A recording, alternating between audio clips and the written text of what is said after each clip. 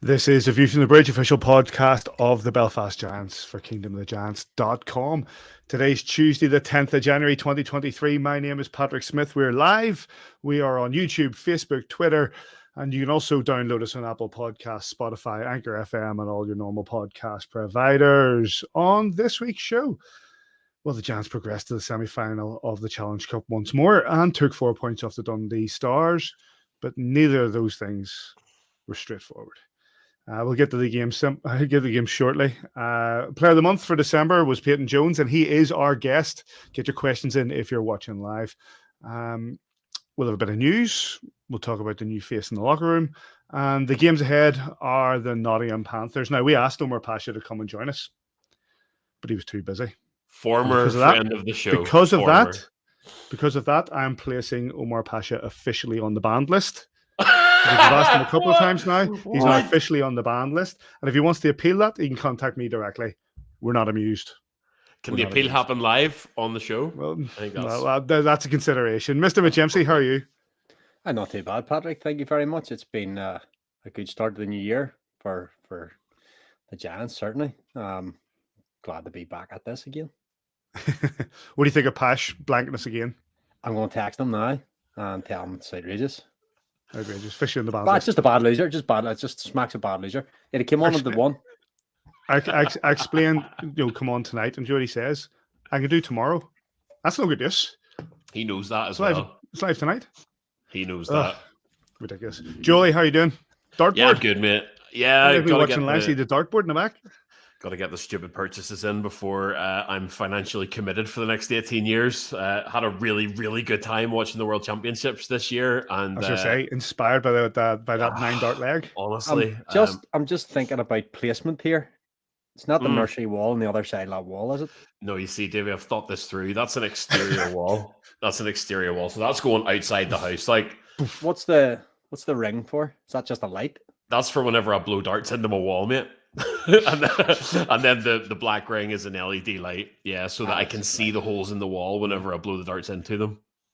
Okay. So So keep it. We're going to be watching Joel Neal at the Ali Pally next. If anybody wants to start a darts team with me, let me know. We'll have 6 shirts, real deal, nicknames. The real deal, Joel Neal. He's going to a shirt on. He's ready to go.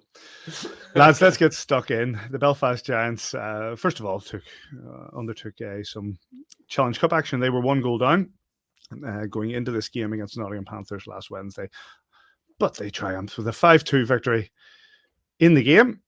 Stats 5-2 victory in the game and a 7-5 victory overall. But as I said earlier on, none of this is straightforward. The Nottingham Panthers raced to a 2-0 lead in the game, which was a 3-goal lead on aggregate, Sorensen and Brady. But they were the only 2 goals they scored on a major penalty to Puffer, which we'll no doubt discuss later in the show. Scott Conway got a power play goal, and then Kieran Long, Goody, Hookie, and Davy Joel rounded out the scoring. With regards to goalkeepers, Jackson Whistle, 23 shots on, 2 went past them. And Alex DeBow, 35 shots on, 5 goals against. Your refs were Andy Dalton and David Good. Excellent. That's not going to catch, is it? It's not going to catch.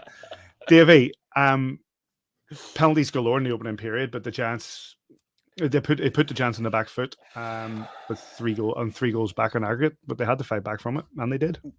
Yeah, we definitely started with not the ideal start you'd want. You're a goal down, and of course you want to get the first goal in the game to bring the tie back to level, but wasn't to be. We got into a bit of penalty trouble, and Panthers used that to their advantage. I think through the first, commentary says might even mention through the first 12-14 minutes of the game, I think it was like 12-13 shots to 2 for the Panthers. They got themselves a couple of goals and looked to have kind of tilted the tie, but from the real crucial point, I suppose, was the major penalty against the Panthers and the Giants being able to go on an extended power play and getting that goal just before the period break was crucial. And then, like, the Giants tilted the ice the rest of the game. I think the Panthers had 6 shots through the last 40 minutes of the game. It was Belfast Giants just all the way. It's in a bit of a, you could take all 3 games the same. We put ourselves behind the 8 ball. We left ourselves with a bit of a hill to climb. We showed the resilience. We showed a bit of character. We came back in all 3 games to win all 3. And I think Adam Keefe might have said it in his post-match on the Sunday night. You can only, and he said it a couple of weeks ago as well, you can only do it so long. You can only keep being resilient, we're a team that looked tired on Sunday night, as he said, and there's been a lot of hockey, 3 games in just over 4 days. It was tough. And, I see people saying on the internet about how many imports we have registered this season, or how many we have in the books at the minute. We're still playing short, guys. Sunday night, Gabe Bass didn't play, and Niles didn't play there. They talk about Besco, he obviously isn't playing yet. So, we have had that bit of adversity as well, and came through it all. So good to see us into the semi-final cup. Some absolutely brilliant plays, some great goals in that Panthers game as well. And it's always good to beat the Panthers, isn't it? Oh, let's hope for more of that. Joel, as we said, the Giants going 2 goals down. The swing came initially on that major penalty against Puffer, and the fact that Scott Conway was able to get the goal on that, and that gave us sort of a beginning to what was just basically us taking control. I don't know if you could call it prep, but I hastily scribble a couple of thoughts down just to jog my memory for whenever we're on the show, and that was literally the one story. The whole atmosphere, excuse me, the whole atmosphere inside that building changed whenever Puffer hit Cullen over at the benches. It's it's a midweek game, so it's tough even for supporters. Most people don't have that sort of liquid courage that they maybe take before a big game. It's not the same sort of atmosphere and whatever else. And going kind of that extra little bit down at the start of the game, the building was pretty flat. And it sometimes needs something like that. It was, and I'm sure we will talk about it at length later on. It was a horrible hit that wasn't, I think, appropriately punished, but it certainly galvanized the whole building. And I don't just mean on the ice. The feeling in the stands was tangibly different as soon as that had happened and Puffer had been shown the door. The whole building began to rally. Then, obviously, I've talked about it a number of times this year. Scott Conway hitting that power play goal in the 18th minute, heading into the period break with kind of that little bit of spark of hope. We talked about key moments to score big goals. That's a massive, in terms of the narrative of that game, massive turning point with a major penalty, spark of a goal that then sees the crowd through into the second period. And my goodness, we knocked the bag out of them that second period. The Giants just had a flawless 20 minutes. The one thing, possibly actually one of the nicest overall goals in terms of start to finish that I've seen this season. I think it was Niles played this game, right? Didn't it? It was Yes. Niles that forced a turnover in the neutral zone. Found Derek Angeli on the left hand side. He dropped the pass back to Kieran Long for, I think, made it 2-2 on the night. I'm not sure what on aggregate. But we scored a couple of goals like that were sort of full line contributions over the course of the weekend. And it's lovely to see that scoring coming from many more places other than the obvious ones. But yeah, look, that was a fun night to be a Giants fan. Real lovely feeling. And we absolutely charged the Panthers and set them in the cup for another year. Well, Davey. Just the one point at the very start of the second period when we were 2-1 down, and I think it was on the highlights there's a breakaway and a massive save keeps us at 2-1, and we're able to go then and build off that big momentum. That as Joel eloquently put there, the big hit from Puffer changed the dynamic of it. Then the power play goal from Scott Conway to sort of tilt the axis back in our direction. Big save from the goaltender lets us go and have that, as you say, almost flawless second period to come up with some big goals and just turn the tie in our favour. Quite a bit of, how do you say this professionally, whinging from Alex DeBow in cases where I assume he felt there was goalie interference going on, but nothing doing, Davey? Just, let the refs ref it. If there's goalie interference, they'll call it. If it's, I see a lot of times, I've seen it in the NHL this week, I've seen it in the IHL quite a lot. D-men pushing goalies into, or D-men pushing forwards, or D-men into their own goaltenders isn't goaltender interference, and you can cry about it all you want. So I didn't see too much wrong. It's also not goalie interference when the goaltender is charging out of his crease into the action. Well, that's the thing. There were quite a few times where he was actually outside of the blue paint, and then he's making contact, going down and looking at the referee, saying, "Well, now don't get me started." I could go back to the conversation I had with the now banned Omar Pasha, which is the regards to the disagreement we had over the idea of goalies being fair game if they leave the blue paint. But we'll not get into that. But Joel, like you've said yourself, as a marker going forward, within the Challenge Cup, and going into the game against the Dundee Stars. Just the performance from the Giants, having come back into it, was remarkable. The intangibles of sport in general, not just hockey, are much bigger than people, I think, give them credit for. You can maybe sometimes be guilty of looking too hard into the X's and O's and sort of the play on the night, but momentum is a hell of a thing. And once the ice starts tilting, you can ride that. And especially in hockey, when the games come so thick and fast, you maybe draw parallels with football and other sports where you have a big win and you have to wait the whole week and prep and whatever else. You're just immediately on to the next all the time. And it sort of gives you that ability to ride your momentum through a number of games. And the Giants have been doing that for well over a month now. I can barely remember what it felt like to be looking at ourselves in the lower mid-table going, goodness, how do we get this back? The semi-final dates are against the Guildford Flames. Let's ignore the nonsense from their social media. 18th of January away from home and 25th of January at home, both Wednesday nights consecutive. So next Wednesday and the Wednesday after. And then and if we get through that, of course, we're top seed still, and we'll see how it goes when it comes to the final, should we make it. The highlights from that game are, as you can see, from our friends at Giants TV, and we move on. The Belfast Giants returned to league action just on the Friday that followed to take on, guess who? The Dundee Stars. Jeff Mason's Dundee Stars. Another 5-2 game, and another game where the Belfast Giants went 2 goals down in the first period before they started to score. Ericsson and Dryden Dow scoring on the power play made it 2-0 to the Dundee Stars. And then the Giants woke up, and boy, did they wake up. Stephen Ari with a fantastic finish. And I want to come back to that goal because I thought even David Goodwin's play to make that goal was brilliant. Derek and Jelly with a second. Lewis Hook with the game-winning goal. Stephen Ari with another fantastic goal, this time on the power play. And Will Cullen, a great performance from him, and an empty netter to make it 5-2. Peyton Jones in nets, 21 shots against, 2 goals against. Anton Svensson on the other side, 44 shots on, 4 goals against. Chris Wells and Andy Dalton were your referees. Joel, 2 goals down again in the opening period before we woke up. Almost seemed to need adversity for the Giants to kick into gear this season. You almost need the stakes to be against you, or at least it seems that way. How many times this year have I'd love to actually see that as a stat. If only we had a stat guy on the podcast to see how many times that we've actually been scored on first and won. It feels like it's every game. Another extremely entertaining game. Another character turnaround, and I really do think 2 days down the line from that Challenge Cup turnover, maybe if this game was placed in that pre-Christmas period, whenever the Giants just weren't firing, weren't sort of as galvanized in front of goal, didn't have the depth of scoring that they currently do, maybe that's a game where we let it get away from us whenever we go that 2-0 down. Also, Lewis Hook, the comeback, the return of Lewis Hook is so much fun to watch. He had an absolutely monstrous weekend yet again, a game winner here. And then obviously we'll go on to talk about the OT winner the next night. Dig up the tapes, Patrick. I'm pretty sure very early in Lewis Hook's career, I talked about him being still has the potential to go on and be as impactful as like Craig Peacock, who came to us as a kid from Peterborough, and then in 11-12. I know I'm not digging up the tapes, but let's just say you did. Yeah, probably don't actually. I probably never said it.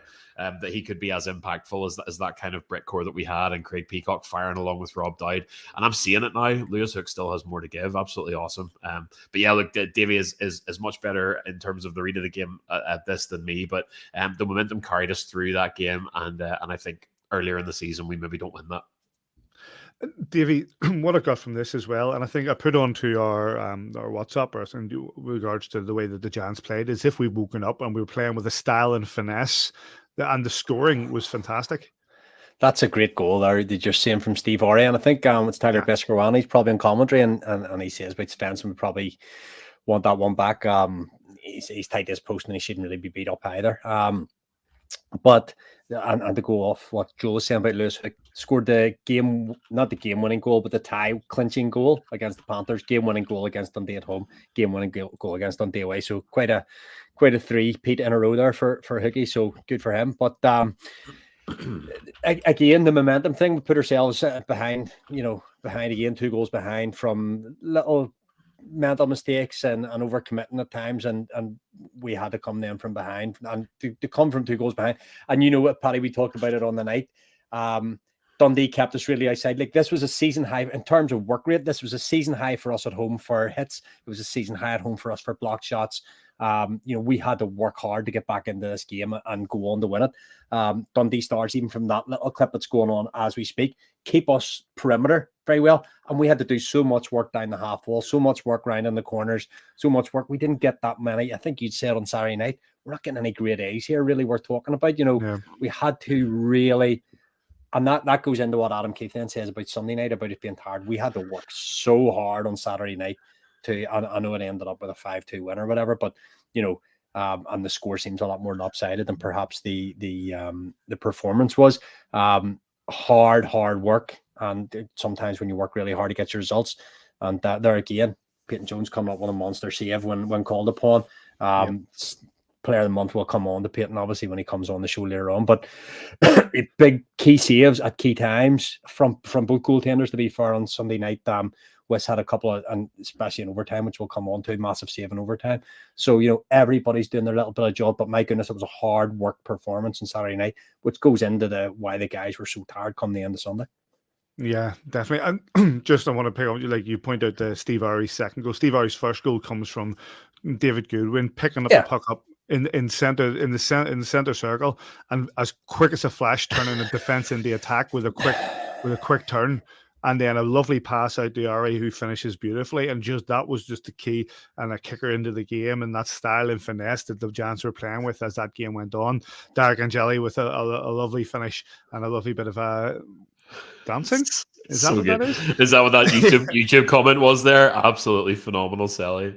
You talk about, we talk about the penalty kill and the style of penalty kill, and even just the general style of defense and offense that we'll play, where we play that sort of suffocating all in everybody to the speed at which Goody identifies that we're losing the puck and returns to center ice and picks off a loose pass. It's not even a loose pass, it's because Goody's worked so hard to be the first man back in defense, picks it off, and then he's able to feed Steve Ori, who I don't know what wizardry it was to go around the D-man, but and pop it up top shelf. But that hard work again, to reiterate, the theme for me from Saturday night was the work that guys put in, even at 2-0 down. We're never beat. That's the resilience that we've shown over the last sort of 6-7 weeks has been outstanding.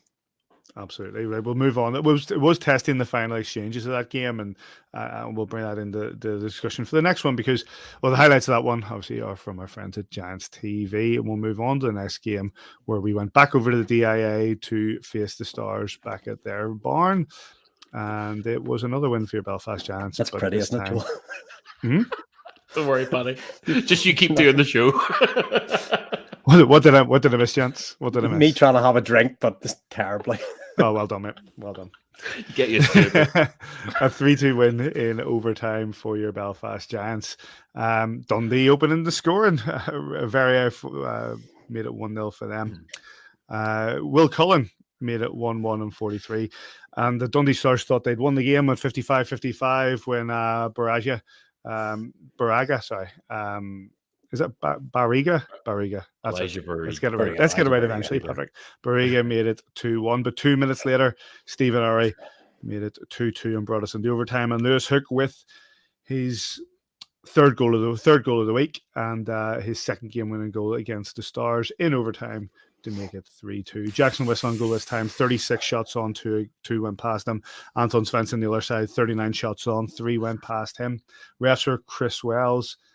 No, that's not right. Refs weren't Chris Wells and Andy Dalton, because there were 2 referees that I haven't written down in the email. It was Toby Craig. Toby Craig and it was Graham Toby Roger. Craig. Toby and Graham.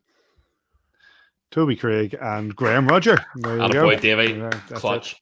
Well done. And Davey, we'll come to you once again. The Belfast Giants go 1-0 down. We're struggling to get the openers. Yeah, and there's no rhyme or reason for it either, because it's not like, I don't believe that we're particularly coming out slow or anything. It's just to say, if for anybody that hasn't seen this, Dahi came on to do the puck drop, and as we go on to talk about the game, Dryden Dow goes to hand him the puck, and he drops the gloves with him, which was quite an amusing moment for the young lad, and well received, I think, by everybody. The Giants, again, we came up with a little bit of a slow start, and we had to battle back in this game. My goodness, it took I think it was, as you say, 43 or 44 minutes, and mentioned in commentary by Big Dave Sweeten that the Giants put so many high-skilled players together, so many good rushes together. Like we dominated the ozone there, that it took a bit of a, it is nothing short of a fluke. Will Cullen dumps it in. Svensson has, if you see the angle from behind the goal, Svensson's tracking the puck to the corner to see where it lands, and it takes a stick, and it's on him before he gets in. I'm sure Peyton Jones will have a wee word about that. Just a difficulty.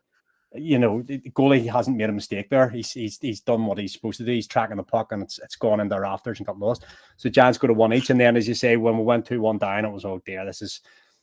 But the second equalizer for me is all Scott Conway. I know David Goodwin and Mark Cooper, etc., worked really hard to get the puck back, but Cons goes in there with his head up the whole way and makes 2 D men overcommit and just slides it through the blue paint. Steve Arias, of course, has to be on the end of the score, but it's all by Cons. And just before that, there'd been a little bit of an altercation between Reinhardt and Ben Lake, and Reinhardt was chirping. They were going at, and Scott Conway loves, to give it back. He gave it back. As soon as he scored, you watch when the replay comes on, he gives it back heaps. And as he skates past the Stars bench, he's giving the old, sorry, can't hear you, boys, can't hear you. So you love him. There's the dump in there. If you just watch Svensson now, he just takes a wee look to see where it goes, and bang, it's in front of him. So it's unlucky sometimes. Good to be lucky to be good. The more you practice, the better you get. All this, the Giants kept going, and that was just a cross ice dump to, try and set up zone possession. But you take those things and you go with them. The overtime winner comes from a big save. Actually, the go ahead goal for the Dundee Stars, and it'd be interesting to get again opinion from Peyton on it. It's actually a bit of a poor shot from Songe, which rather than kicking it clear and with no pace on it, Jackson almost puts it back out in front, and I can't remember who scores for them. But sometimes it's easier to make a save from a good shot than it is from a bad shot. And unfortunately for Jackson, that one rebound goes out in front, they get ahead. But the third goal for us is off a great save from Whistle in overtime, and we're able to go 1-2 up the ice with Steve Orry and Hoogie. And Hook, again, as you say, the third game winner in 3 games. So good for him. There's a Conway one now. Yeah, love it. Love to see it. Resilient. Exactly the same as the other 2 games. Resilient. We showed a character, but we can't keep doing it. We can't, Joel. And I think that's the thing. We need to be coming out from the start, all guns blazing. Yeah, I know we've got our player of the month waiting in the wings here, so I don't have a great deal more to add to what was fantastic analysis there. All I'll say is that at the end of the season, you don't look at the table as a whole and look back on all the pretty wins that you had. Sometimes you need to win greasy. And to be honest, there's a certain part of me excuse me, that almost nearly enjoys winning greasy more than winning pretty. It's a great feeling to come back from a road trip knowing that you've just ground one out. Those are the games that make the difference when it's all said and done. And my goodness, it doesn't get much more greasy than that game on Saturday. It wasn't pretty, boys. I don't think you'd sell a lot of DVDs of it, but the resolve and the resilience of this team all throughout the week showed in spades during that game on Saturday, and a superb week from the Belfast Giants. You said there's an interview on this video, Davy? In about 5 seconds. Stars TV with the highlights, of course. We'll have a word in just a second. Coach, not a game that was for a neutral, but you've won the 2 points in overtime. What's your reaction? Well, I think it was gutsy to come back like that. We're obviously a fatigued group right now. It was certainly not our best game. Our execution was poor. I didn't hate our effort, but we looked like a fatigued, tired team out there. And, they gutted that one out as ugly as it was. We got the job done. I got to credit them for that. We got to get some rest right now. Obviously, Jackson came up big there for us and gave us the chance to win that game. Now we got to get some rest and get ready, and we got to get back to playing solid hockey. Is this a case of one of these games you've walked out with the 2 points in your plight to chase that title at the end of the season, and when you might look back at that time and think, well, that was a huge 2 points? Absolutely, yeah. I mean, there's going to be times when we're not our best, and tonight was one of them. And they found a way to get it done, but it's not going to be sustainable in the long run. So we certainly need to clean up our game. Next up, Nottingham Panthers for you as well, and I presume you'll be expecting a better performance from your side. Yeah, well, I mean, first and foremost, this is their third game in 4 nights, so I'm not oblivious to that. I understand that we're a tired group right now, and we look like it tonight. So it's important to get some rest here and get ready for a big weekend versus Nottingham. That's great. Thanks. Cheers, guys. Big thanks to our friends at Dundee Stars TV for that. So those there are the 3 games, and we're going to shoot on now with the Player of the Month briefly. We're going to just bring up the statistics from the Player of the Month. Give me a second. There it is. Nice. 667 votes, 37.6% of it went to number 33. Peyton Jones, thanks to everybody who voted. Thanks to FonaCAB for sponsoring the award. And please welcome back to A View from the Bridge, your Player of the Month for December. Peyton Jones, how are you doing? What's up, guys? How you doing? Hey, nobody. Yeah, doing really well. Congratulations on lifting the A View from the Bridge Player of the Month award for December. You had a great month. Yeah, good month for me. Good month for the team.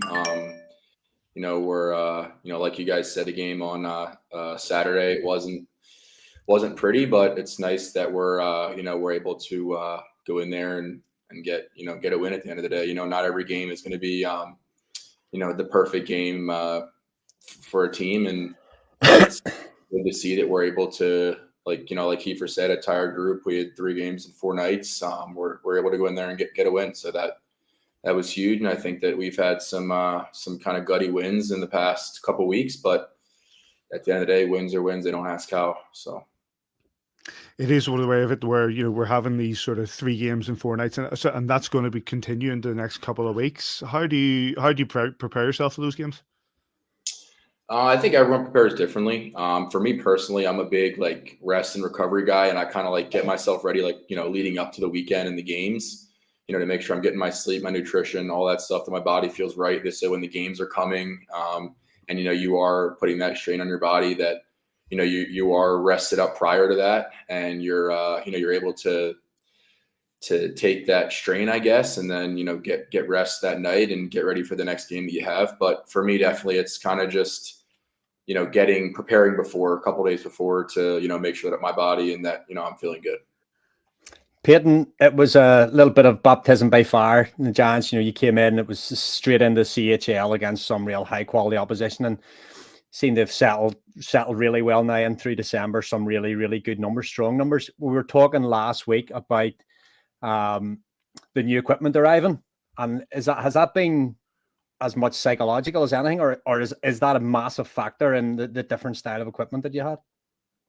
No, it's not. It's just equipment. I mean, I switched from Vaughn to True just because True is a stiffer pad, and the Vaughn stuff was kind of getting a little bit soft on me. But I don't think gear really has. I mean, at the end of the day, you got to stop the puck, and there was a time there where I wasn't as good as I wanted to be, and I'm glad I was able to be good for the team and get some wins the last couple times I was in.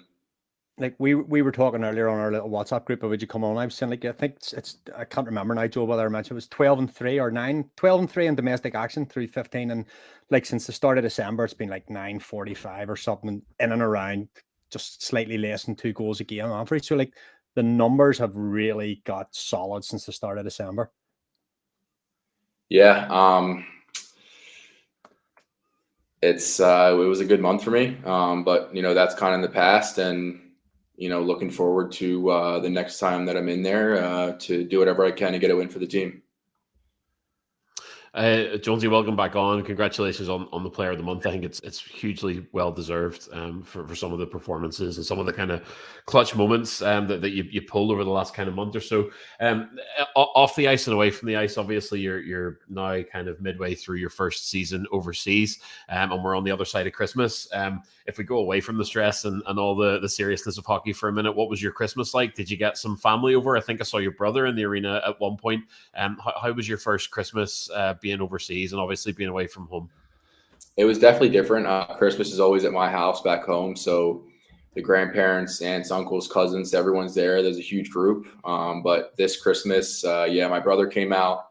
Both my brothers, my sister Liana, my mom and dad came out.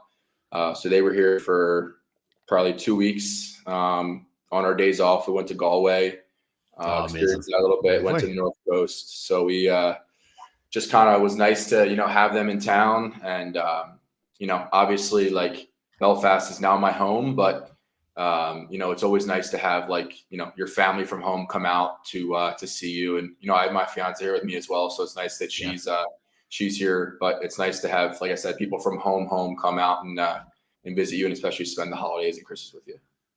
And it's lovely to have them over and be here. It's special for them as well to see you doing what you do over here in front of a massive crowd who obviously has your back. I'm sorry, I have to ask about your brother whenever you're on the podcast. Your brother Nolan Jones traded to the Colorado Rockies in November. How's he doing? What are his kind of aims and ambitions for the season ahead? Do you think he's going to work his way back into the bigs? There's a hockey podcast, yeah? Yeah, just give me a minute. Oh, okay. Yeah, he's doing good. He's excited to be with the Rockies. Obviously, he was with Cleveland for 7 years, I think it was. So he had a lot of relationship with those guys and stuff. But he's excited for the opportunity and a chance to play in the MLB again and be an everyday big leaguer. It doesn't seem fair that the talent that was handed out when the Jones boys were being born compared to me, Paddy. It's just not right. The last one for me. Sorry, go ahead. Is it your sister plays softball as well? Is she? Oh goodness, sorry, you're right. Yeah, he plays D1 softball, Penn State, and then my little brother Andrew. He just turned 19. He plays D3 baseball at Immaculata University, which is like right outside of Philly. So. I mean, I doubt you've heard of the Neville family, but it sounds a bit like the Nevilles. It does with like Gary and Philip Neville and Tracy Neville all playing top level sport. That's what it sounds like to me. Yeah, we're very fortunate. We're very fortunate to have an athletic family. My sister. She's probably the most athletic. She's a softball player. She's vicious and everything. But it's been good growing up in an athletic family that we're all able to help each other, support each other. In the summer, I always go to Nolan's games. When I go home, I'll be going to Penn State to see my sister Liana play softball, my brother Andrew play baseball. They watch all our games online, and having them here is awesome. So it's a cool little thing, that connection that you have with your siblings. But it was nice to have them here for sure. Why is it then that why is it then that they've progressed with bat and ball, but you're on the ice?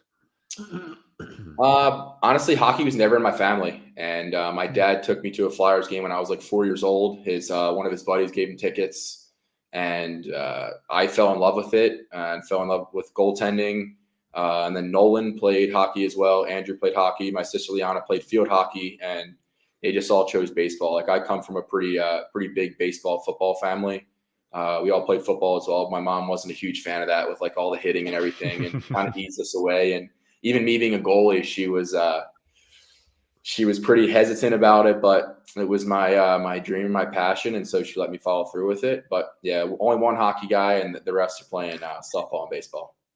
Fantastic. We're going to go to a couple of ones from Twitter. We got CM here saying, my question for Jonesy is, what was his favorite part about Belfast, Northern Ireland, since moving here? That's a good question. The golf's been cool. I will say I played Royal County Down twice. I'm looking forward to play some more courses. We play Hollywood a bunch. The golf's definitely been cool. I think another thing is just like experiencing a different culture. I've lived in a bunch of different states in America playing hockey. But kind of like every state is similar, but just moving out to different areas, like coming to Europe, like driving on the left side of the road, left or right side of the car, like that was a big difference. I feel like, like things are a little smaller here. The foods can be different, sometimes like the breakfast and stuff. So I think just like experiencing something new, and being able, like I said, my fiance's here, being able to do it with her. I think that's definitely the coolest thing. I don't think there's like one thing in Belfast, obviously, besides nights at the SSC that, have really that are like my favorite, but I just, there's a bunch of stuff here that I really like, and it's been awesome experience so far. One from Kevin Madden. Would you rather face a longer 3-on-3 overtime or penalty shots? Oh man. A longer? Would you say a longer or a longer? Like No, not longer in 3-on-3. Would you rather face a longer period of 3-on-3 overtime? I thought you said or would you longer. rather go penalty shots? Well, you can change it. Would you rather face longer in 3-on-3 overtime? Yeah. No. Yeah. Ask him how he did today in the shootout at practice. Not Oh, nice. Breakfast on longer, is it? That's a good question. Honestly, like probably a shootout, because I look at a shootout as like it's me versus the shooter, right? Like it's one of us has got to win, and I'm going to do everything I can to be the guy to win that. In a 3-on-3, like there could be a 2-on-0 odd man rush where it's a backdoor pass and the goalie doesn't have a chance. I feel like a shootout, it's goalie versus player, like everything's even. It's just whoever's going to win, one makes a save or one scores. And one we've got here from Daniel Bowers, which is asking about the addition of Tyler Besker-Owani obviously brings extra competition for the slot. Is that driving you forward? Honestly, I've always been the kind of guy that, I go to the rink every day, work hard, do my job, and try and save the puck and be a good teammate to the guys around me. Regardless of if I'm in net, Wiss is in net, Besko's in net, or Dicko's in net, like I'm going to be the biggest fan and cheer for them, want them to win. Having Besko there has been awesome. He's a great guy, but for me, nothing really changes. I'm going to, when I'm called upon, I'm going to go in there and, do the best I can and try and get a win for the team. And when I'm not, I'm, going to be there supporting those guys and, working hard to be ready for the next time that I am called upon. Peyton, my last question was going to be something similar along that lines, just the dynamic. How much fun has it been working with like Dicko and Wiss so far? And you and Wiss have obviously, Wiss has had slightly more games, not that many more. So you've sort of 1-for-1 you've been going, and then Besko obviously coming in for a young guy like yourself, having someone with the experience of many leagues around the world that Besko's had and winning championships and being an assistant coach, just having that experience to lean on and learn from. It's been awesome. I mean, like the first day he was here, we're talking about different goalie coaches we've had, what we learned from them, what the, what mentally, physically, like what they took from him, the impact they left. And then, Wiss is just a great dude. Dicko is the man. I love him. He's great. I love chatting it up with him. The other day we were watching darts on the bus. Like just, he's a good dude. I love having Dicko around. Just talking. How you doing, mate? Like always checking. You can go around and play in Joel's room there. He's just put his dartboard up, so you can go invite in, have a anybody who wants to. The first game I ever played Dicko in darts, I beat him. So if you guys talk to him, ask him about that as well. Do you know what? He will not have taken that well either. Like he probably smiled and he styled it out, but he was pissed. Coming from me who's never played darts, that was a big win for me. That's that Jones DNA, man. He was quite surprised. I was asking the rules as we were playing. That's such a tough look for Dicko, man. Yeah, that was a tough loss for him. But maybe I shouldn't have said that. He's going to kill me tomorrow if he hears this. Yeah, we're going straight to him with that. David, do you have any follow-ups? No, Joel, don't, mate, no. Sorry, just one more for me. You're just an interesting guy to chat to in general, but look, I don't profess to be an expert when it comes to goaltending in ice hockey or in the Elite League, but one thing that I guess maybe that I've noticed, I don't know whether it's something you've developed or have been working on, or I've just picked up on it, but over the last month, it seems to correlate with these kind of showstopper performances that you've been putting in. I feel like you play aggressive almost. You're very decisive when it comes to breakaways. Whenever somebody's bearing down on you, you're not afraid to come out and get in a player's face. Is that something that you've been conscious of, that you've been working on, or is it just something that I'm seeing for the first time? That's actually pretty good for a non-goalie guy to see. Let's go. Yeah, that's big. I mean, I don't know if it was like a huge change, but something that I did notice in my video that I was watching is that probably a month or two ago, I was finding myself a little deeper in the net, and that's just something that it's hard because you have to kind of like feel it out. But there were plays where I was like, maybe I got to take a step out there. So then in practice, when I was working on different situations, I was kind of like trying to get even further outside of that. So a little further outside my comfort zone. So then when the game came, even if I wasn't that far out, I was still further than I was before, if that makes sense. So I was like, more comfortable at that depth, we call it, in the goaltending world. But for me, I think that it's just, like getting out, like I'm a big body, just getting out, like taking up net and, trusting my instincts and, my feet, my speed, that I'm able to, get across and make, some of those saves. But yeah, I think at the end of the day, it's, goaltending is just about, doing everything you can to keep the puck out of the net. And sometimes not the prettiest of ways, but if you, just try to do whatever you can to keep it out. And I've been just, trying to do that and get wins for the team. So. Listen, mate, we really appreciate you coming and joining us. One more thing before you go. Obviously, we've got the 2 games coming up against the Nottingham Panthers. Do you guys know, like, obviously we've got, a wealth of goalkeeping to select from here. Your preparation is no doubt going to be the same. Are you able to, do you know when you're playing, or is it a last minute decision? Yeah, Keith will usually let us know later on in the week. He'll, it all depends. It's just whenever I guess he feels. But like I said, for me personally, I've always been, always prepare like you're playing, because, you never know, something, just one of the other guys that's supposed to start could get sick, and then you got to jump in the game. And, so I've always been the guy, prepare like you're playing all week. Like I said before, and, go to the game. And if you're not playing, be the number one cheerleader for the guy who is, and for your teammates out there. And if you are, go out and try and do your thing. Great Do you attitude. ever, sorry to jump in, Paddy. I find sports, the psychology of that quite interesting. How you keep yourself up. So like you prepare all week like you're playing, and now the dynamic, you might not even be backing up. You could, could be best going west or whatever, and you say you'll be the number one cheerleader. I've seen it in the in the Friendship 4, actually.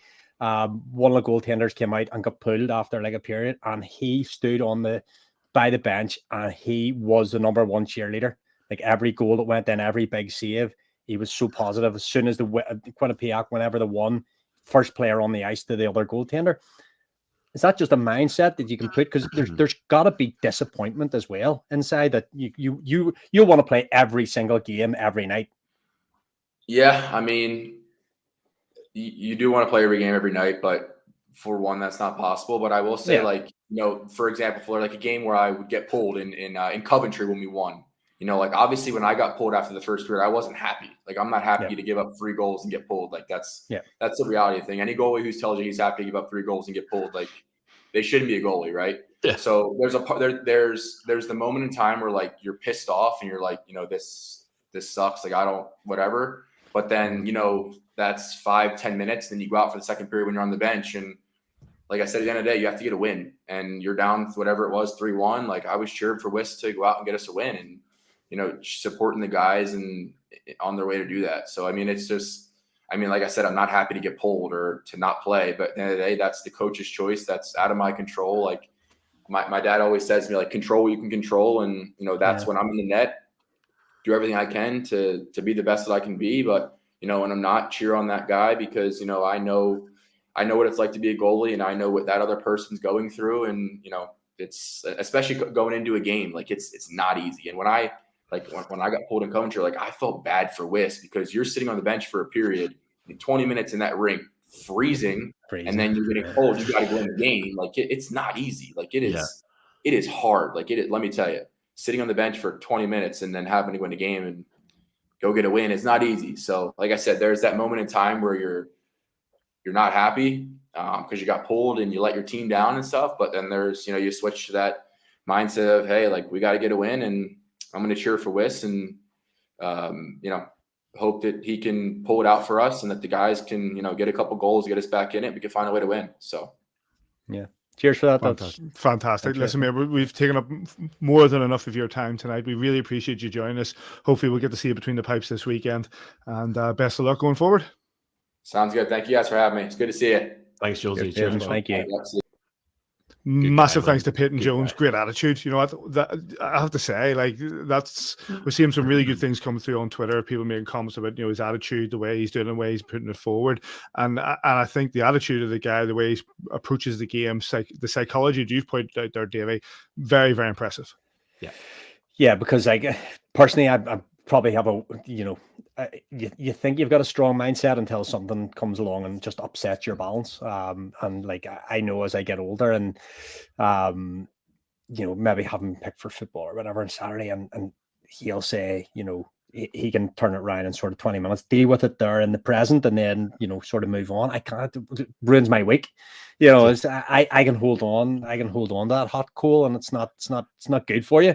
It's just interesting. And it's interesting as well, we've had, yes, there'll be times the goaltender lets the team down, but there'll be times the defense lets the goaltender down. And we've pulled goalies a few times this season, and we spoke on the podcast about it during the week and said, well, that wasn't necessarily the goaltender. That was a wake-up call from Adam Keefe to the whole team, not just the two D-men partnerships, but the whole team, that you've got to step up your game here, lads. So, yeah, really interested in the psychology of that. So, super guy, and really, really glad he won Player of the Month.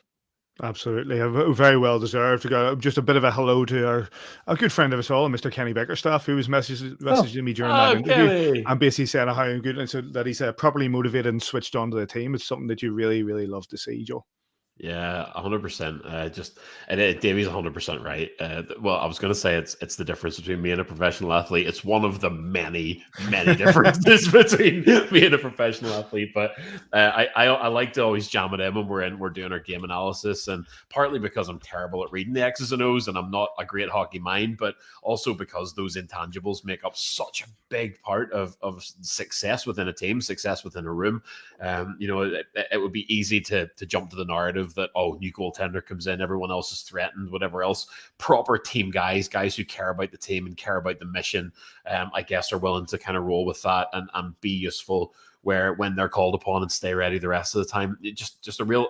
I think the guy's going to have an unreal career. He's still very young. I think he reminds me of the young kids that you see in the Friendship 4. You can always tell when you go and do, you guys will know as well, when you go and do Friendship 4 post-game interviews, you can always tell the young players that are destined for bigger things. They just, the way they carry themselves, the way they speak, their mindset, their personality, it's beyond their years. And I've had that sort of sense of Peyton since he joined the Giants. I'm a big fan of his. I think he's going to have a great career. Hopefully in Belfast, but probably around the world, But anyway, big thanks to him for coming on. I always love that sort of those comparisons, Joel. Between you and a professional athlete. It's like me, between me and Kenny Dalglish together, we have 102 international caps. If you add them together, we have 102 international caps. Me and Kenny Dalglish, as we did at the Friendship 4 at our little impromptu yes, AVFTB. Me and Aaron Murphy have covered 5 Olympic Games. Phenomenal, Davey. Phenomenal. You have to tip your cap. Very, very true. Very, very true. Right. Before we get to the news, Joel, there was a bit of Belfast Giants news that took place in the last few days, and that was the addition to the roster of Henrik Eriksson, a 27-year-old center from winger from Sweden. He's joining us from Lillehammer. And I think he said we did invite him to come on the show today. He's had a very busy day today. There's a bit of registration and stuff that had to take place today. So unfortunately, I think it's unfair. It's now 10 to 10 that we ask him to come on now. But hopefully in the next couple of weeks, we are able to join it. He is able to join us. But his stats at Lillehammer were 30 points. That's 14 goals, 16 assists across 29 games. And we were talking last week about, David, about Tyler Beskorowany and whether was he the right player to come in. We were looking for maybe a goal scorer or a defensive player. We don't. Not a defense. This isn't a defensive player. This is a goal scorer. I think it's ironic that we've brought this guy in now when we see the likes of Ari and stuff who are stepping up and scoring. We're seeing a little bit more of depth of scoring over this week. But apart from that, Eriksson looks like a great addition. Wake up call, isn't it? You've no longer got you don't have chances if you're not playing well. You're not contributing. You'll be sitting watching now. Once everybody's fit, obviously Donovan Niles came in and took a bit of a knock. Gabe Bast didn't play on Sunday night, so I don't know what the status of those players is going forward in this weekend. But once everybody's fit, we'll be carrying those extra guys. So it means if you're not contributing, you're not playing. We talked last week about the not getting the depth and scoring. Derek Angeli comes up with a goal fed by David Gilbert. David Gilbert scores. Derek Angeli leads the team in shooting for the season. 12 shots, I think he had on goal on, I'm going to say Saturday night. It might have been Saturday or Sunday, I can't remember. I think it was Saturday. So, he's grasped the net all there and said, I'm going to have to step up. And that goes right through the roster. Tyler Soy's obviously out injured at the minute. I'll be looking to come back in as soon as he's fit again. So these guys who are in the bottom 6, if you like, the top 6 have been scoring consistently pretty well through the season. That Mark Cooper back with Lewis Hook and Ben Lake has been great. Like Ben Lake at the weekend, we've waxed lyrical there a wee bit about Lewis Hook doing so well and different players doing really well. Ben Lake created so much space, created so many chances for the guys by working hard, recycling the puck, retaining the puck, giving the puck to the D and just letting them do their thing. So like he's been really good. So that top six has been really, really strong. The bottom six is where we've talked about it week on week. We weren't getting the third line score, we weren't getting the fourth line score. And in this last couple of games or last couple of weeks, when we have been up against it, those guys have come up with goals. So, they're on their notice, if you like. And I don't mean that in terms of you're going anywhere. I just mean they're on notice that there are other guys here coming in, looking to play, and who are coming in with CVs as well, like Angeli and Gilbert and Soisy and all these guys came in, and we've talked about it ad nauseum through the winter. They've all came with CVs. They're all in this roster for a reason. They've all been picked by Belfast, by Steve Thornton, by Adam Keefe for a reason. They haven't. None of them that aren't scoring have become bad players. They have to stick with the process and believe in themselves that what they've done so far in their career is why they've got to this point in their career and keep going. But now they have someone else to contend with, and that's pro sports. And it's kind of made the best man win, because we need the best man on the ice to be provided. Interestingly, looking at some of the statistics, Joel, in the second level of Norwegian hockey, which I'm sure is quite high as it is, but he's scoring more or less two points a game. 55 points from 25 games in 2021, and in 2020 he had 60 points off 29 games. The guy knows where the goal is, and he knows how to provide. You're probably looking at a mid-season pickup there with Pickenich numbers. I don't know if that's a hot take or not, but you're bringing a guy to slot into the top line with Pickenich numbers. And from his chats to the press this week and the interview in the Bell Tell today, it could be someone like David Goodwin and like other players that we've had in the past that is a mid-season pickup that becomes a cornerstone of a successful hockey team.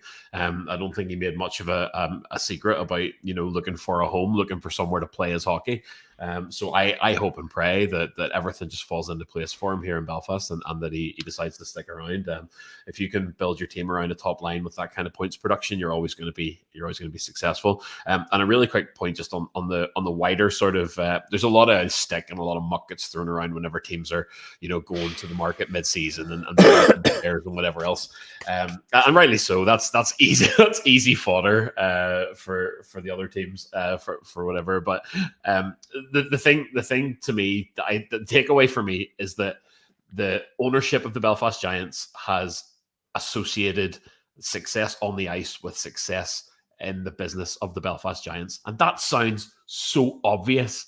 Sports team being successful means that they're going to generate income. Sounds so obvious. Look around the league. Not everyone has learned that lesson. Not everyone is brave enough to invest. Not everyone's brave enough to make the jump and say, look, let's go for it. If we need tools here to bring silver to this barn, let's go and find it. And I think in the footfall, in the numbers through the doors over Christmas, and the investment in the facilities, and the ongoing, I would say, growth or resurgence of the Belfast Giants over the past 5 years, it has come because Robert Fitzpatrick, the Odyssey Trust, and the coaches, Steve, whoever, have not been afraid to invest in the on-ice product. And fans aren't stupid. They talk about people coming for a night out, yes, whatever else, but I'm not paying to come and watch the Giants get stuffed. I want to see a team that's going to be up there winning championships every year. It's a lesson in sport that so many different teams haven't learned, and I'm just glad that we have an ownership group brave enough to put their eggs in the basket and see what happens. And go put people off ice in positions who get the club. Like people who are out there and earning the money to put the players on the ice. Yep. That's it. And it comes with sponsorship as well. I think you all know what I mean. Yeah. Look no further than happy birthday. Yeah. Big happy 50th, by the way. Happy 40th again to Simon Kitchen. But that's it. You've got a guy there who's a Northern Irish hockey lifer. He understood the intricacies of the game long before the Belfast Giants were even a grain of an idea. So if you've got that guy courting sponsors and working those relationships and generating revenue, it's not just the on-ice product. Absolutely valid point, but it's putting the right people with the right passion in the right jobs. Anyway, and I think, but you're absolutely right. You look at the two games that took place in the last week: 5,000 through the door to see the Nottingham Panthers on Wednesday, 5,000 through the door to see the Dundee Stars on Friday, and and that's exactly the way. Yes, we're coming out of the Christmas period, whatever, but that's the way. But you look at the game that took place in Nottingham at the first leg, and they got 2,000 in that cavernous barn to watch us in the first leg. But that's because at this moment in time they're not doing very well, and they're not pulling the results. In the past we've talked about bringing in the Sean McMorrows and the Jason Rushtons and having that sort of slapshot approach that punch ups put bums on seats, and to an extent that is true, but nothing puts bums on seats more than a successful team. W's. Nothing. If you're winning championships, people like to see success, and success breeds more success. And Henrik Eriksson has come in, and we'll see what comes from it. Julie, time for some news. Yeah, let's go real quick. This past week in the Viaplay Elite Ice Hockey League, on Thursday, the Cardiff Devils downed the Sheffield Steelers 3-1 in Wales in the only game of the day. On Saturday, the Guildford Flames travelled to Nottingham, needing the shootout to secure their 2 points on the road. The Glasgow Clan were beaten 3-2 at home by the Manchester Storm. More on that in a second. And the Fife Flyers made the Steelers work for it, with Sheffield coming away from the Kingdom of Fife with a 3-2 victory. On Sunday, the Clan travelled to Coventry, losing 4-1 to the Blaze at the Sky Dome. The Storm returned home to lose 4-1 to the Devils at the Drizzle Dome, and the Flames did the double with a 5-4 win over the Panthers back at the Spectrum, sending them back to the top of the standings. And just on that note, Paddy, for those of you keeping score, that was 4 losses in a week for Corey Nason's Nottingham Panthers, 3 in the league, 1 in the Cup, and they picked up a single point from that shootout loss at home to the Flames. Cup semi-final dates. I don't know if you've seen this on the EHL website. The dates for the semi-finals of the 2023 Viaplay Challenge Cup have been agreed and confirmed. Semi-final 1. In no other league would you get a cup semi-final round taking nearly a month. The 18th of January, Guildford versus Belfast at 7:30. That's at the Spectrum. 25th of January, we host the Guildford Flames at 7 o'clock at the SSE. And the other semi-final, 25th of January, Fife hosts Sheffield at 7:30. And the 15th of February. So your first semi-final is on the 18th of January, and the second one is on the 15th of February. Sheffield versus Fife at 7:30. Their aggregate scoring over 2 legs, again, home and away series, and the highest seed remaining in the final has the option of hosting it. So also that to play for. The date for the final will be confirmed in due course. This is the part where I've been looking forward to this one, actually. I know there's going to be hot takes. We got some dops this week. Obviously, Craig Puffer's hit on Will Cullen has generated a lot of chat. Do you have a video, Paddy?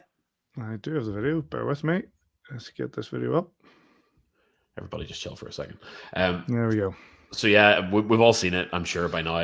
You might have to kill the audio. Cullen arrives at the loose puck along the boards at the benches in the neutral zone, with Puffer approaching shortly after. As Cullen makes a play on the puck, Puffer elevates unnecessarily, launching up and into a check that makes significant contact with Cullen's head. This is charging. Dobbs also says it's important to note that this is not a case of the player elevating slightly as part of a natural hit. Nor is it a case of a player coming off the ice after contact because of the force of the collision. If Puffer wishes to deliver this check legally, he must stay low and hit through Cullen's shoulder or core rather than elevating upwards and into his head. They say he's not been fined or suspended, and he is effective immediately as of last Thursday, fined and suspended for 1 game. 1 game, gentlemen. What are our thoughts? Can I go first? Absolutely. Nonsense. There it is. There, he's off his feet and it's direct contact to the head. That's a check.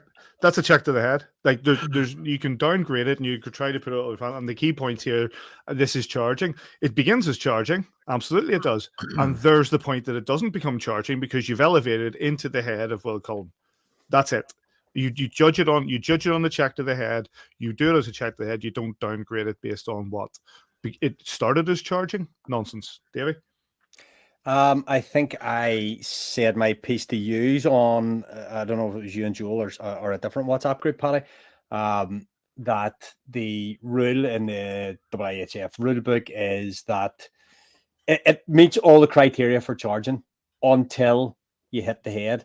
And it's quite clear in the rulebook that any contact of the head is then superseded. The charging rule is superseded by hits to the head rule. It was called the check to the head on the night. The officiating team got it cracked on the night.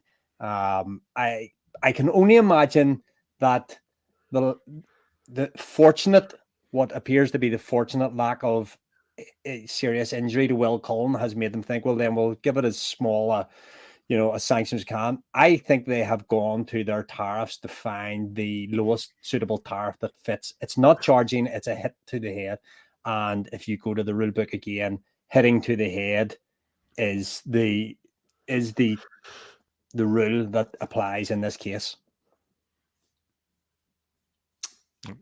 I think that's it, really. Yeah. I think it's just like we haven't seen it. We haven't seen Hayden or her adopts for about a month, and they come back with this. Unbelievable. Extended Christmas holiday. Yeah. So what's your take, Joel? Yeah, I've seen much bigger bans given, and I don't know. Again, I'm not a smart man. I don't know how much injury is a mitigating factor. So if Will Cullen had, it's not anymore. Yeah, so if he had gone down there with a concussion, if he'd have been out indefinitely, we've just seen the best defenseman in the league have to retire, because of head injury. Obviously, different circumstances, but the seriousness of it. I haven't in person. It's been a long time since I've seen a hit that just looked so targeted. Launching himself just 2 feet off the ice. Very, very surprised by one game. However, take the situation what it is. Will Collins okay, thank goodness. And it was, for me anyway, the spark that turned that game around and put the Belfast Giants into the semi-finals and the Nottingham Panthers out. Wait, look up. So I've found the WhatsApp group and I found the message sent the other day. So charging in the IHF book, it clearly says this rule is superseded by all similar actions regarding an illegal hit to the head. They literally say in their PR that it's a hit to the head and he elevates and blah, blah, blah. They repeat again and again. It's a hit to the head, but we will ignore actually. Am I asking for whoever made this decision to clarify? No, because they're not going to, but they've left enough gray area, which is what I suppose gives us something to talk about as well. But, it keeps Twitter alive. It keeps podcasts alive, but it's a hit to the head and God bless it. We took that time before, we can do it again. Anyway, we shall move on, boys. A couple of bits and we'll wrap up. Now, gentlemen, my favorite thing possibly this season, never let it be said that the Viaplay Elite League isn't an incubator of pure innovation. The Paddy Dwyer butt goal, Derek Campbell taking a penalty shot into his own face, the Joe Grimaldi stump. Well, this week saw the boundaries get pushed further than ever before. You're 3-1 down. There's 10 minutes to go. You scrape one down. back. Oh, you're 3-1 down with 10 to go. Oh, sorry. And then you scrape one back in the 58th minute. Desperate times call for desperate measures, boys. And I don't know why, of the great coaches that have lived throughout generations, why nobody's ever thought of this. Just pour 7 out skaters onto the ice and catch your tying goal, Paddy. For those who can't see it, the Glasgow Clan were absolutely enraged that this was called. That this was washed off and that a too many men call were given with 7 out skaters. Paddy, you said it on Twitter. It makes it even funnier that they're all celebrating. They're all celebrating. They're all celebrating. It's like, yeah. Seems busy on here, boys, but either way, fantastic. What I don't get is, like, I need to watch the video back of this. Also, if you look in the picture, the guy down in the bottom left, like, you can see how many players are out there. You can see everyone. You can count them. What do you do? You think to yourself, there's something wrong here. But surely, when they did the celebration and they huddled and then skated past the bench, they went, "Oh, there's nobody here. Why is there like a million of us? What's going on here? Why is there nobody on the bench?" Just an absolutely wonderful moment. Have we ascertained did they even pull the goalie? Oh, possibly. Sorry, there may have been a goalie gone. But there's still. No, there might be 8 in the ice. There might be it. There might be somebody who was at that game. Let me know if there was a goalie. I assume what's happened here is they've pulled the goalie and they've accidentally put 2 players on instead of one. There's been a change. There's been a bit of a mix-up, but it's one had gone and then the goalies came off. It's just a one had gone. The goalies come off and then somebody went, "Oh, the goalies come off. I better get on." But, never let rhyme and reason get in the way of a really funny photo, though. That's one of the biggest laughs. You're exactly right, Joel. This is one of the photographs. This is one of the issues. Like in 10 years' time in the Elite League, they'll go, "Do you remember when Clan thought they'd scored, but they'd 7 lads on the ice, and they were all celebrating?" I had a real good time with that. Anyway, sorry. And finally, and then I'll shut up. Special congratulations to Dan Ciampini. I don't know if you saw this. According to the Sheffield Star this week, scored 2 goals and 3 assists last Saturday as the Sheffield Steelers beat the Fife Flyers. You might be thinking, solid shift. Congrats to the kid. You have to tip your cap. What's even more incredible is that they only scored 3 goals. So 3 assists and 2 goals in a 3-goal game. Well done, Bob. Wayne Gretzky could never. So Dan Ciampini, tonight's show is dedicated to you. What a shift from the big man. And that is what a shift. Well done, Bob Westerdale. 3 goals scored. 3 goals scored, but 5 points dished out to one player. Anyway. Nice one, Joel. Thanks for that. We're going to wrap up with just a quick chat. Then Belfast Giants take on... Who do they take on? The Nottingham Panthers this weekend in a double header at the SSE Arena. Friday 7 p.m. and Saturday at 7 p.m. at the SSE. Nottingham Panthers. And if you can't get down there, Giants TV. Is this the first double header for a single team this season? Like at home? No, I don't remember there being we had a 0-point weekend against the Storm. Against the Manchester Storm. You're absolutely right. Well done. So Joel. Yes, it is the first double header against a single team. Yep.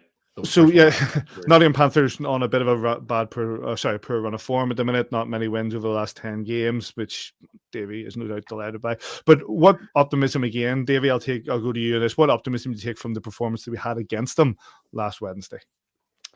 Yeah, I think that the away leg in the Challenge Cup, we showed that attrition got against us. I think the lack of bodies caught up with us that game, but we could have won it. The league game away, had there been another couple of minutes in the game, and we were really short that night, had there been another couple of minutes, we'd have won it. We beat them handsomely at home the other night. Make no mistake, after that first 15 minutes where we pretty much were on penalty kill duty for the whole of the first 15 minutes of the game, we give up 6 shots through the last 40 minutes of that game. Now, how much was that down to the Nottingham Panthers thinking, we're 3 goals up here, let's shut it down? Because you said whenever they scored that second, great, we'll just have to watch 40 minutes of trap now. Trap. And how much they...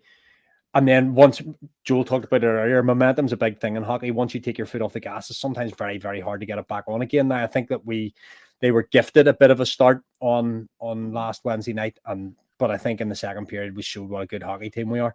And as you say, with the new Rickard Palmberg coming in, Henrik Eriksson coming in this weekend, and hopefully get Bass back in the lineup, other bodies fit, selection headaches for Adam Keith, good selection headaches, and he's got that very difficult selection headache between the pipes as well. Both guys going really well. The minute Besko coming back in, so these are all positive things which will give the coach good headaches. This team's built for success. I hope I'm not scudding anything there. We have shown over the last month what a good, resilient, strong character hockey team we are. And now as bodies get fit and competition comes within that roster, you need to be seeing the elite guys step up. And like, you look at the plays some of the plays Scott Conway made over the weekend. You talk about Ben Lake, Hookie, Steve Arey with some unbelievable plays.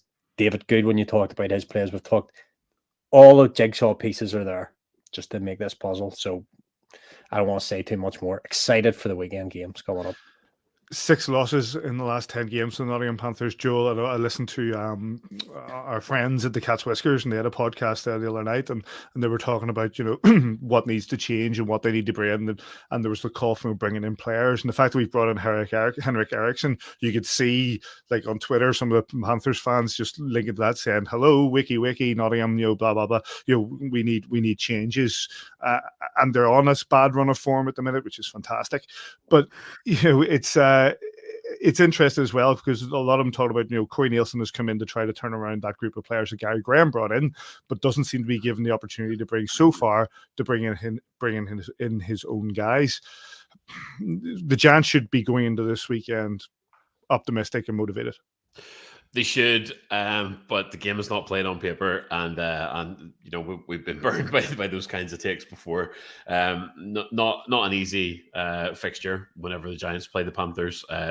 They're not playing good enough right now. They're not good enough as an organization. Although rebuilds don't happen overnight, what an incredibly hard thing to try and excavate an organization, a team, even a psychology coaching staff that isn't working, and even right from the top to our former friend Omar Pasha, to try and instill a brand new band. No, to be fair, I don't think we should ban him. His text to say is traveling. He apologizes and he'll come on the next time. So. but on that, Joe, I didn't say. I really think that we've got to be so disciplined. I know that's. I don't want to call cliches. 5-on-5, and I don't say this with Matilda specs on. We are the best team I have seen this season in the league. 5-on-5.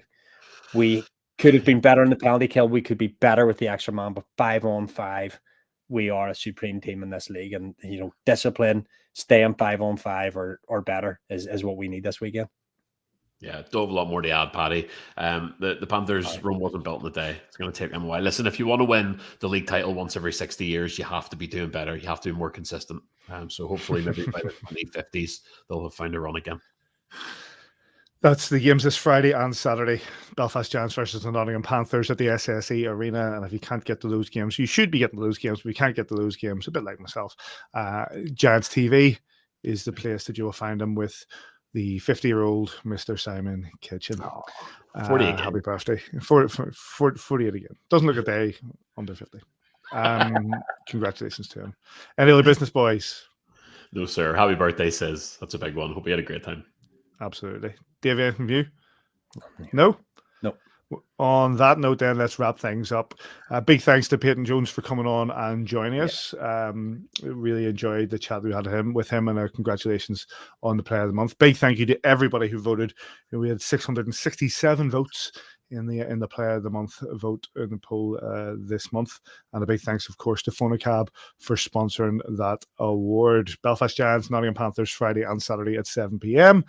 And you can get us on YouTube, Twitter, Facebook, all your podcast providers. Thanks for all those who are tuning in live and sending in your comments, your questions, both here and on Twitter.